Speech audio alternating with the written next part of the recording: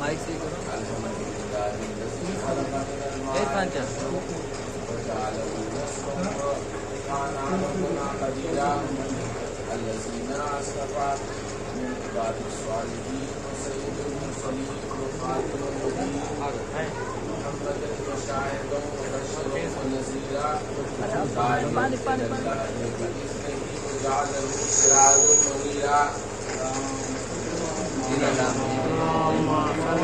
محمد وآل محمد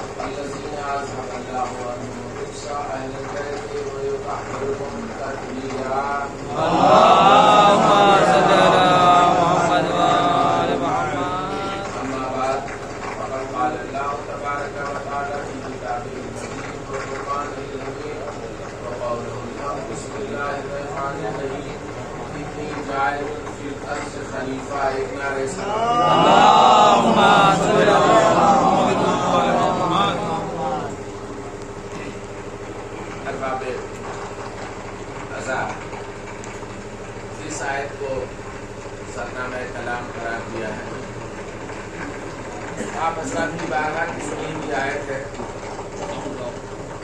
کہ خالق کائنات بس میں ملائکہ میں اعلان فرما رہا ہے کہ اے ملائکہ ہم تمہارے بیچ اپنا خلیفہ مقرر کرنے والے اپنا نائب بنانے والے جعلہ کا معنی ہوتا ہے بنانا. تو میں اپنا خلیفہ تمہارے بیچ مقرر کر رہا ہوں. تو حضور والا یاد رکھیے کہ یہ خلافت الہیہ کا اتنا عظیم منصب تھا کہ معصوم ملک جن کے دلوں میں کوئی تمنا نہیں ہوتی ہے, اللہ نے جنہیں تمام جذبات سے بری رکھا ہے, لیکن یہ خواہش اتنی زیادہ تھی کہ اللہ کے سامنے وہ خود دستبستہ درخواست گزار ہو گئے, اے میرے معبود اگر تجھے نیابت الہی کا منصب دینا ہے تو مجھے منتخب کر لے نیابت الہی کے منصب کے لیے. لیکن اللہ اکبر, نیابت الہی کے منصب کے لیے فرشتے مدعی بن گئے, فرشتے امیدوار بن گئے, لیکن خالق کائنات نے کہا کہ نہیں, ہم اس کا امتحان لیں گے. اس لیے کہ اگر کوئی چیز بنا امتحان کے مل جائے تو اس میں صلاحیتوں کا پتہ نہیں چلتا ہے. کوئی چیز اگر بنا کسی امتحان لیے عطا کر دی جائے تو وہ عطا ہوتی ہے, کامیابی نہیں ہوتی ہے. تو عطا میں اور کامیابی میں فرق دکھانا ہے کہ دیکھو اپنی صلاحیتوں کے بنا پہ منصب ملے گا بارگاہ الہی میں, کسی رشتہ داری کے بنا پہ منصب نہیں ملے گا. صحیح بات, منصب صلاحیتوں کی بنا پر ملتا ہے, منصب کسی رشتہ داری کے بنا پہ نہیں ملتا ہے. وہ اور حکومتیں تھیں, وہ خلافتیں آئیں, آپ حضرات تاریخ سے بخوبی واقف ہیں کہ جہاں منصب بانٹنے کے لیے صرف رشتہ داری ہی تمام پیمانہ تھی اور کچھ نہ تھا. تیسری خلافت میں یعنی جسے رسول نے شہر بدر کر دیا تھا, اس کو بلا کر کے مروان کو, جس کو شہر بدر کر دیا تھا کہ مدینے میں داخل نہ ہونے پائے یہ شخص, اتنی نفرت تھی رسول اللہ نے. ہاں آج کے قانون تو وہ ایک زمانہ تھا کہ جہاں شریعت رسول مکمل طور پہ پامال کی گئی, کہ جس کو رسول نے شہر بدر کر دیا تھا, شہر سے باہر کر دیا تھا, اسے بلا کر کے گورنری کا منصب عطا کیا گیا. تو یہ اور زمانہ تھا, لیکن قرآن کا جو معیار ہے کہ یہاں اگر منصب ملے گا تو صلاحیتوں کی بنا پہ ملے گا, اہلیت کی بنا پہ ملے گا, رشتہ داری کی بنا پہ نہیں ملے گا. تو اب معصوم ملک کے دل میں تمنا پیدا ہوئی کہ میرے معبود مجھے بنا دے, لیکن خالق کائنات نے کہا کہ ہم یوں نہیں بنائیں گے, تمہارا امتحان لیں گے. تو اب امتحان لینے میں کیا ہوا کہ چند اسما تھے, کہا کہ انہیں بتاؤ کہ یہ کیا ہے. تو ارباب اعضاء جب ملائکہ کے سامنے وہی پرچہ پیش کیا گیا چند اسما کا تو ملائکہ نے خود اپنی عاجزی کا اقرار کر لیا، انی اعلم ما لا تعلمون، اے میرے معبود میرے پاس تو بس اتنا ہی علم ہے جتنا تم نے دیا ہے، لیکن آدم نے، میں کہتا ہوں اس پرچے کو، ان ناموں کو فر سنا دیا،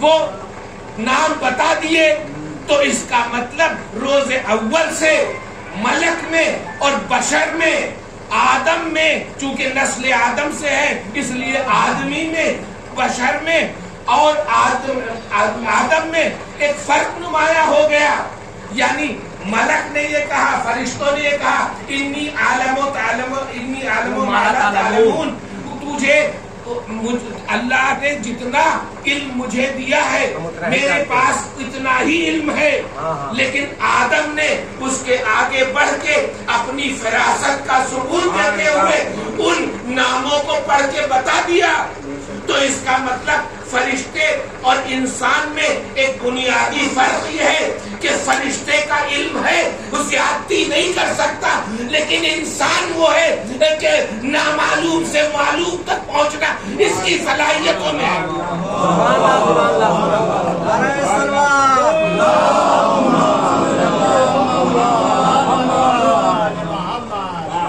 فرشتے میں یہ صلاحیت ہے کہ وہ اپنی صلاحیت کو بڑھا سکتا ہے، اللہ نے جتنی صلاحیت دی ہے انسان اپنی کوششوں سے اپنی عقل کو بالیدہ کر کے، اپنی عقل کو بڑھا کر اپنی کیپیسٹی کو امپروو کرنے کی پاور انسان میں ہے، ملک میں نہیں ہے۔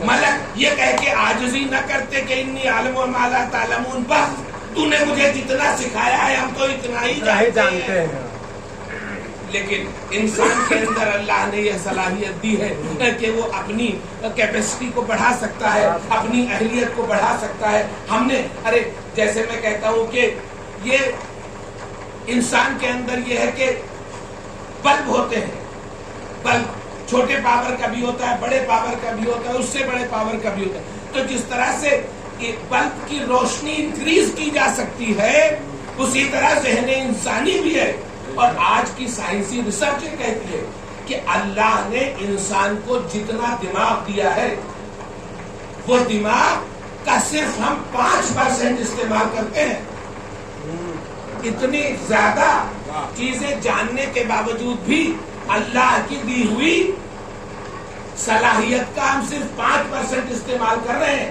اللہ نے آپ کو کتنی بڑی صلاحیت دی ہے، اس کی عطا میں کوئی کمی نہیں ہے، ہمارے صحیح میں کمی ہے۔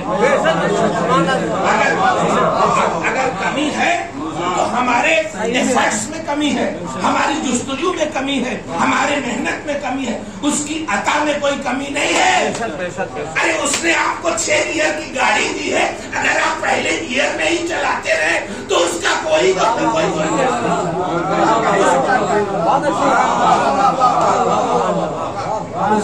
اس نے دینے میں کچھ نہیں کیا، اس نے آپ کو 6 گیئر کی گاڑی دے دی، لیکن اب آپ پہلے ہی گیئر سے گیئر ہی نہیں بدل رہے ہیں زندگی میں، زندگی کو ایک گیئر سے بڑے گیئر میں لے ہی نہیں جا رہے، تو اب کیا اس کی کوتاہی ہے کہ جو اس نے آپ کو، اس کی عطا میں کوئی کوتاہی نہیں ہے، اس کی عطا میں تھوڑی کوئی کوتاہی ہے، ہمارے جستجو میں کوتاہی ہے، ہمارے صحیح میں کوتاہی ہے۔ اور یاد رکھیے خالق کائنات کا یہ اصول ہے کہ جو تم کر سکتے ہو وہ نہیں کریں گے، اور جو تم نہیں کر سکتے ہو اس میں مدد کریں گے۔ یہ اصول پروردگار، یہ اصول پروردگار، جو تمہارے بس میں ہے وہ تمہیں کو کرنا ہے، اللہ تمہاری مدد کرے گا، تمہارے لیے کام نہیں کرے گا۔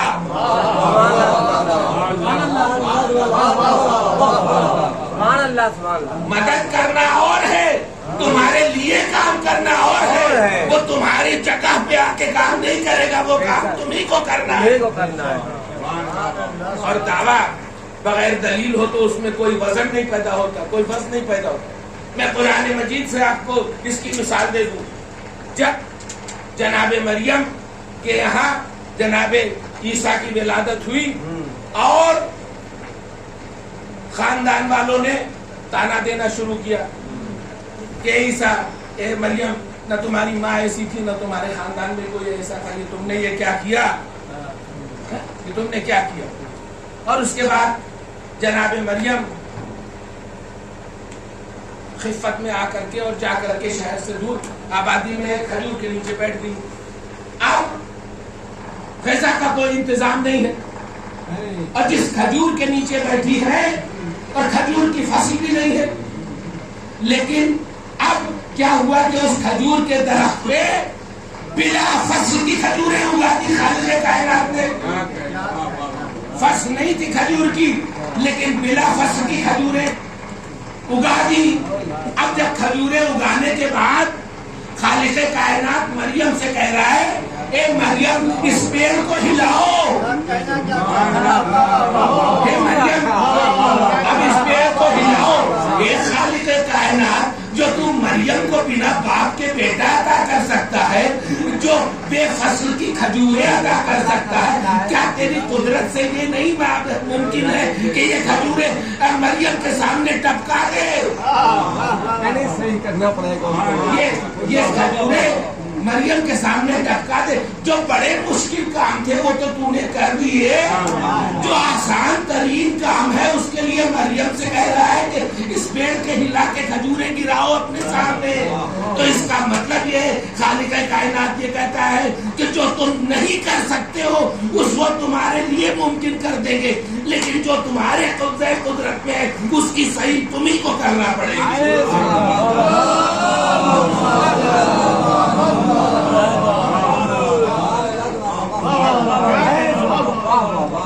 درود بھیجیے.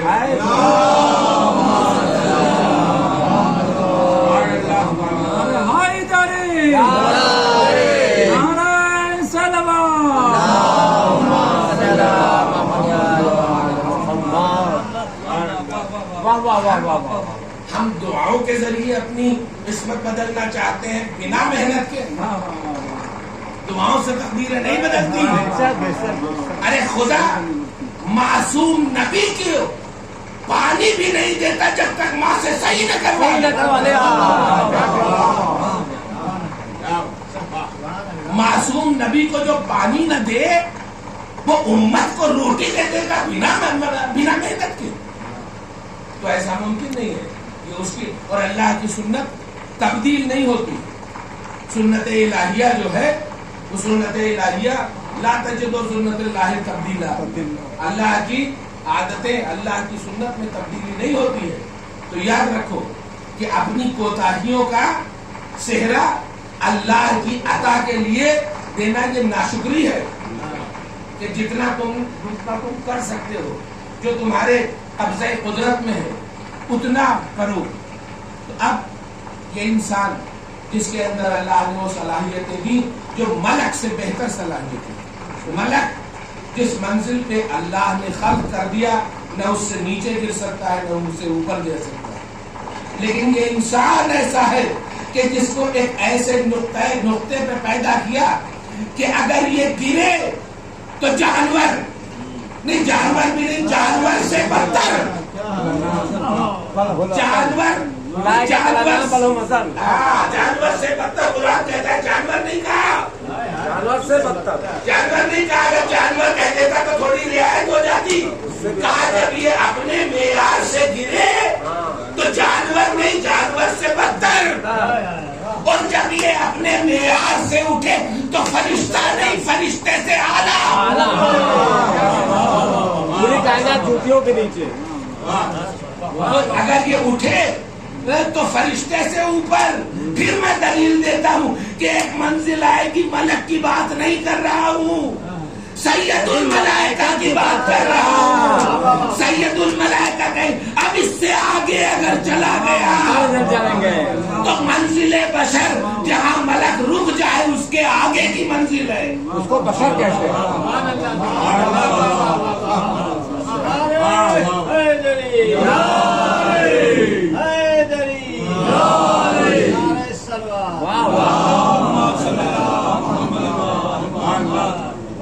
منزل پہ آ کے رک جائے جس کی منزلیں لامحدود ہوں، جس کی منزلیں لامحدود ہوں. اور میں کہتا ہوں بھائی بشریت کہ ایک مقام آیا کہ اور قریب ادنو منی اور قریب آؤ، یہاں تک کہ یہ کہا کہ ایک کمان یا اس سے کم کا فاصلہ. ابھی اس بات کو بھی واضح کر دو. حضور والا یاد رکھیے کہ جب انسان کہتا ہے کہ فلاں جگہ گئے تھے مجلس میں کتنے لوگ تھے، انہوں نے کہا کہ 400-500. آپ نے جب یہ 400-500 کا دو ہند سے دو فگرز استعمال کیے تو یہ آپ کی جہالت کی دلیل ہے. اس کا مطلب آپ کو صحیح فگر معلوم نہیں، صحیح تعداد معلوم نہیں. جب آپ نے 400-500 کہا تو اس کا مطلب یہ ہے کہ آپ کے علم میں صحیح تعداد نہیں ہے، بالکل پرفیکٹ فگر نہیں ہے آپ کے دماغ میں کہ 451 آدمی تھے. اگر آپ کہیں کہ 451 آدمی تھے تو یہ آپ کے علم کا ثبوت ہے کہ آپ نے اس کو کاؤنٹ کیا تب کہہ رہے ہیں. اگر انسان سچا ہے تو آپ نے کہا 400-500، کئی کہتے ہیں کہ 400-500-600 کے ہو گئے. آپ مطلب جیسے جیسے آپ ہندسہ بڑھاتے جائیں گے ویسے ویسے آپ کی علمی کا سند ملتی چلی جائے گی. تو اس کا مطلب آپ کو پتا نہیں ہے. اب قرآن کہہ رہا ہے کہ ایک کمان یا اس سے کچھ کم. اس کا مطلب یہاں بھی کوئی پوائنٹ فکس نہیں ہے کہ کہاں پہ ہے رسالت رسول، کہاں پہ ہے. تو اس کا مطلب کیا معاذ اللہ خدا بھی ہماری طرح لا علمی کا شکار ہے جو کوئی ایک منزل نہیں بتا سکتا. آج تو سائنس کے دور میں، آج تو اس تعلیم کے دور میں ہم کسی چیز کی مائکرو ملی میٹر میں ڈسٹینس بتا دیتے ہیں کہ مائکرو ملی میٹر بتا دیتے ہیں. تو جب انسان میں اتنا پرفیکشن آ گیا، اتنا پریسیشن آ گیا، تو پھر اللہ کہہ رہا ہے کہ ایک کمان یا اس سے کم. ارے کمان تو 2 میٹر کی بھی ہوتی ہے. اب 2 میٹر کے بیچ میں اگر آپ کہیں کہ 2 میٹر کے بیچ میں ہے خدا اور اللہ کے بیچ کی دوری ہے اس سے کم، تو اس کا مطلب یہ ہے کہ کوئی ڈیفینٹ پوائنٹ نہیں ہے. کوئی ڈیفینٹ پوائنٹ نہیں ہے. اگر کوئی ڈیفینٹ پوائنٹ نہیں ہے تو معاذ اللہ اللہ کے لا علمی کا ثبوت ہے. تو یاد رکھیے حضور والا، اگر اللہ کسی ایک ڈیفینٹ پوائنٹ کو بتا دیتا تو وجود الہی گر جاتا، اس لیے کہ وہ لامحدود محدود ہو جاتا. وہ لامحدود محدود ہو جاتا، اس لیے اپنی لامحدودیت کو برقرار رکھنے کے لیے یہ لا علمی کا ثبوت نہیں ہے، یہ اس کے لامحدودیت کی ثبوت ہے. اب اس کے آگے، اب اس کے بعد جو آواز سنائی دی وہ بھی کسی ملک کی آواز نہیں تھی جس لہجے میں گفتگو ہوئی. پھر بشریت اس سے آگے، جہاں کعبہ و قوسین کی منزلیں، مجھے تو بشریت اس کے آگے بھی نظر آ رہی ہے. درود بھیج دیجیے.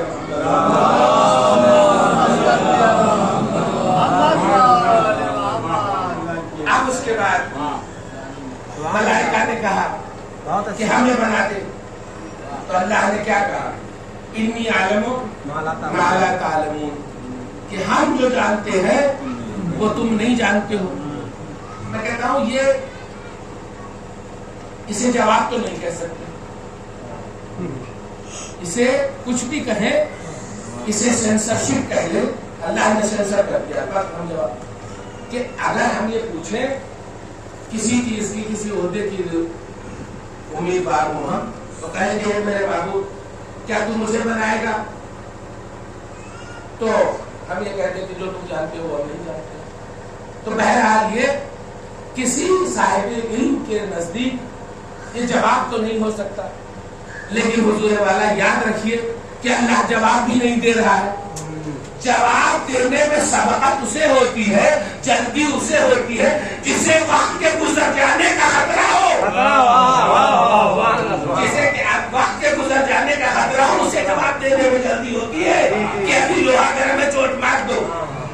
لیکن جس کے قبضے قدرت میں پوری کائنات ہو اس کو جواب دینے میں کیا جلدی ہے.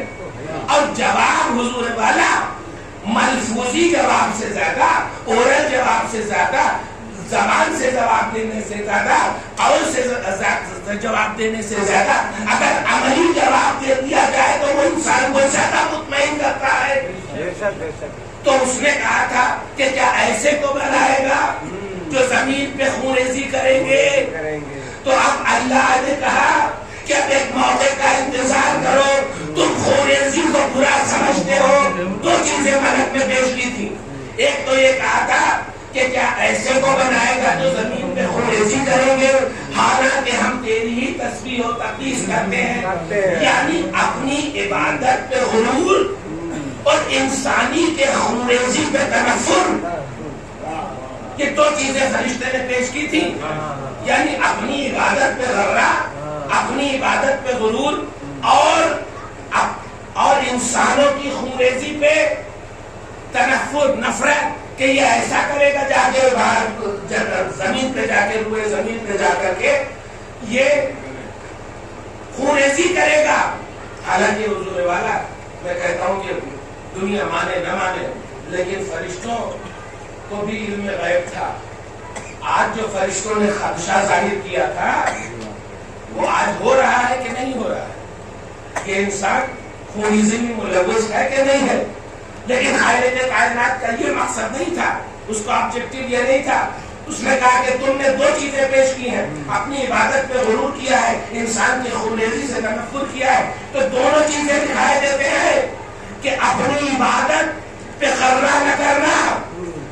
جب کوئی بستر رسول پہ سو رہا ہوگا تو کہے گا کہ جاؤ ان کی حفاظت کرو, جاؤ ان کی خدمت کرو اس لیٹے ہوئے شخص کی.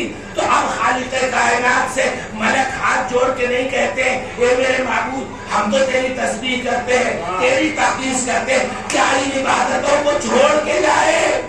ارے ملک کا سوال کرنا نہ کرنا اس بات کی دلیل ہے کہ ملک سمجھتا ہے کہ منشاء الہی میں خدمت اہل بیت ہماری عبادتوں سے بہتر ہے. ملک نے یہ نہیں کہا. بس فہم کوششیں تو بہت سارے ہیں لیکن وقت کا خیال ہے.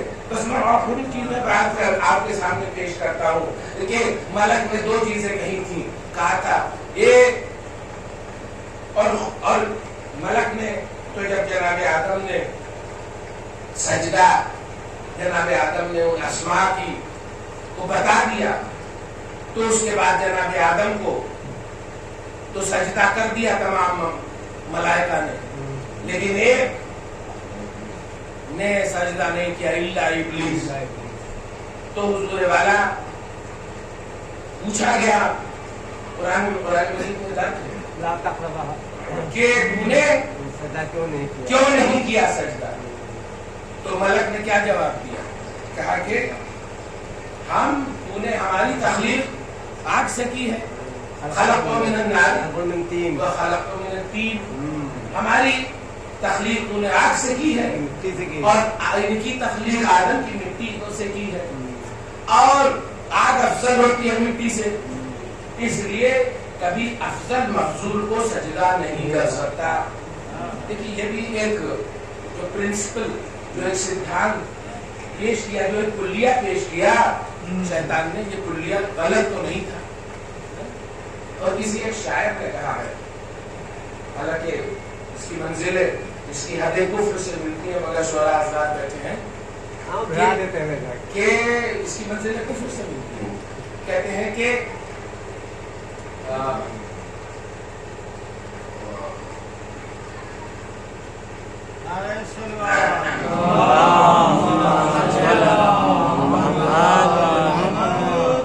داستان جرم شیطان,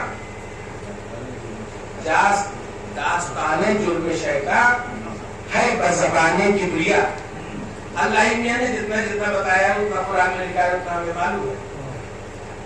داستان جرم شیطان ہے بزبان کبریا, اس میں شیطان کی صفائی کا کوئی خانہ نہیں.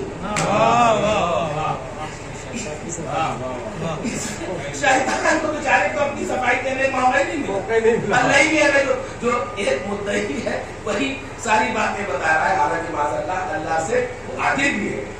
اس کے ہاں کسی ظلم کا تصور نہیں ہے, لیکن بہرحال شعراء کی فکر ہے کہاں پہنچ جاتی ہے. تو اس نے کہا کہ ہم نہیں سجدہ کریں گے، اس لیے کہ آگ افضل ہے، ہم افضل کو سجدہ نہیں کریں گے۔ اب ہم نے آدم سے پوچھا کہ تم تو امتحان پاس کر کے آئے ہو، تم تو کوالیفائڈ ہو گئے ہو اور تمام ملائکہ انسان پر سجود ہے، تو ذرا ملائکہ سے پوچھ لیتے ہیں کہ بھائی تم سے اتنی بڑی غلطی کیسی ہو گئی؟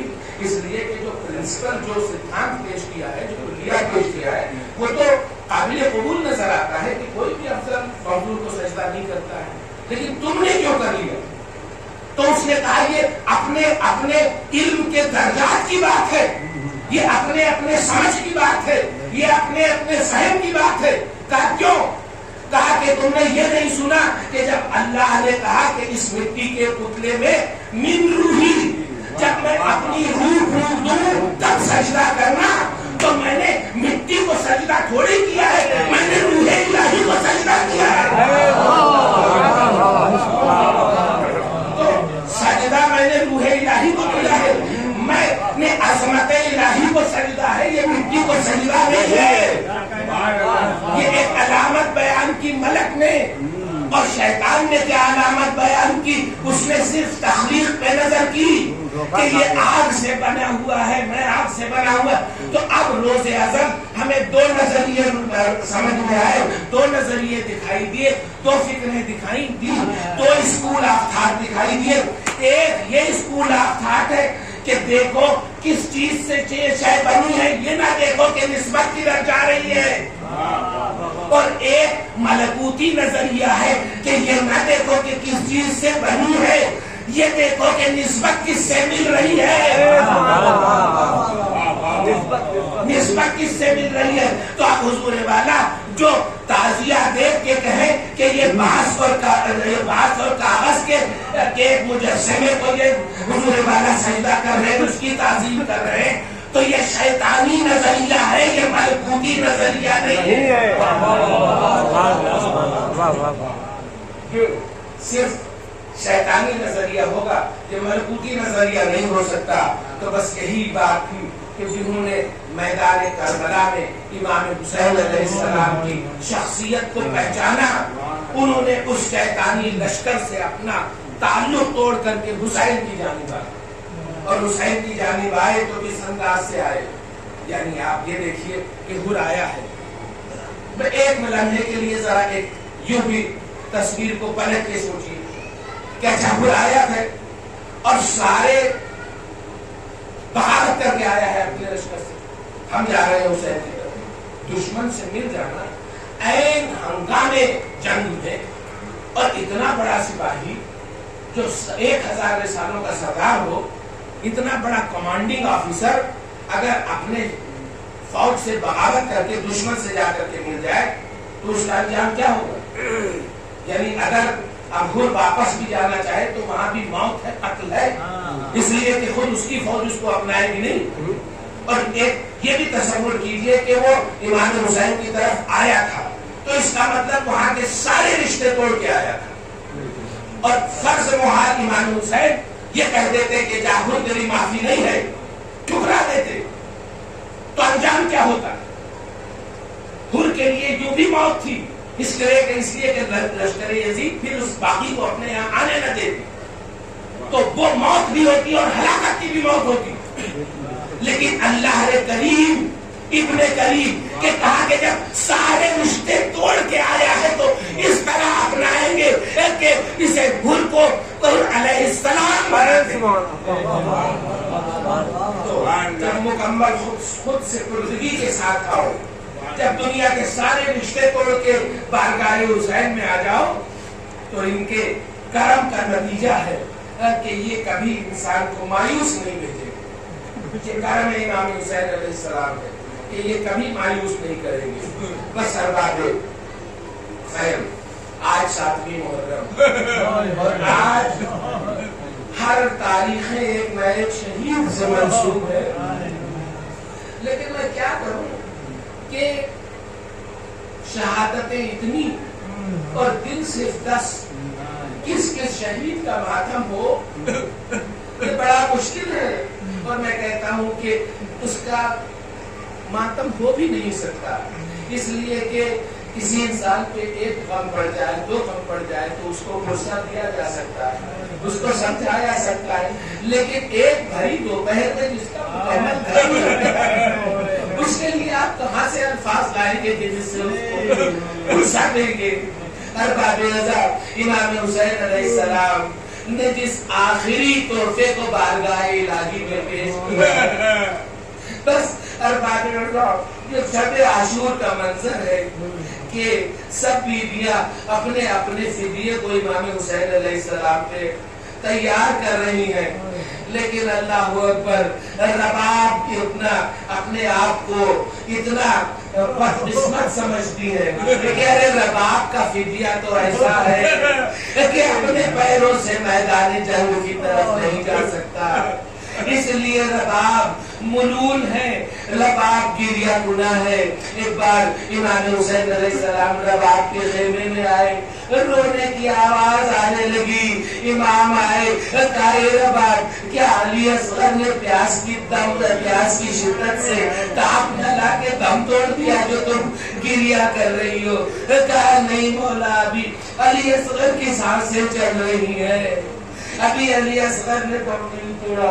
پھر گریہ کا وجہ کہتے ہوئے رباب کہتی ہے مولا اپنی بدقسمتی پہ آنسو بہا رہی ہوں، ارے کل کا وہ دن ہوگا جب ساری بیویاں ارے اپنے بچوں کو آنکھ پر سے نچھاور کر کے ارے فاطمہ کے سامنے سرخرو ہوگی، لیکن ایس میرے سید و سردار میرا بیٹا تو اتنا چھوٹا ہے کہ اپنے پیروں سے جا نہیں سکتا۔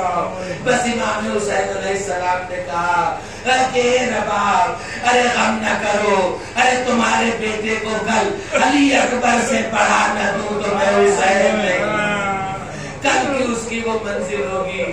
اور بس ارباب رضا جب آواز استغاثہ بلند کی مولا نے تو اب علی اصغر نے اپنے کو جھولے سے گرا دیا ہے، بیویوں میں کوہرام۔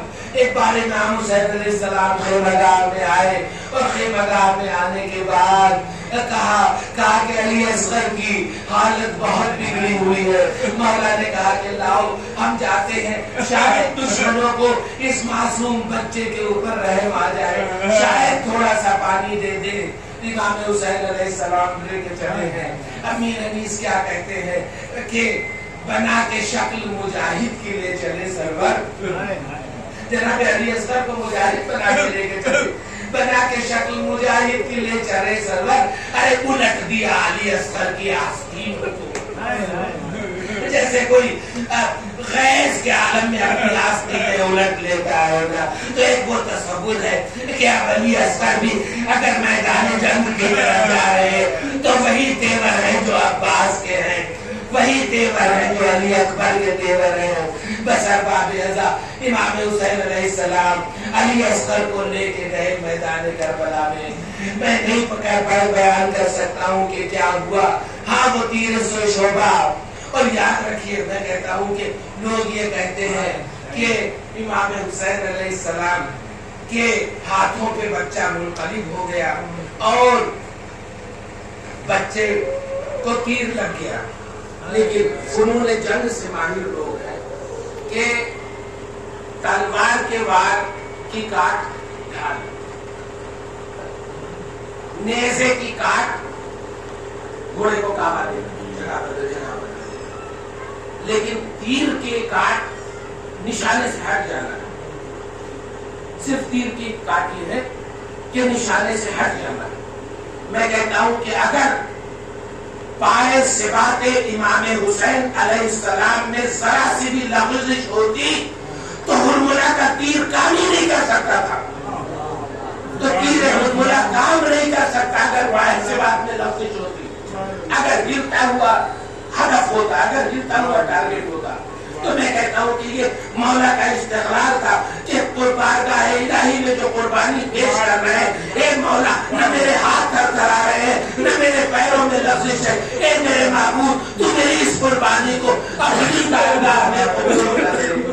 بس ارباب رضا یہ قربانی دے کر مولا واپس لوٹے ہیں تو شاید یہ سوچ رہے ہوں کہ اب ماں کو کس انداز سے علی اصغر کا یہ نہر کیا ہوا گلا دکھاؤں گا.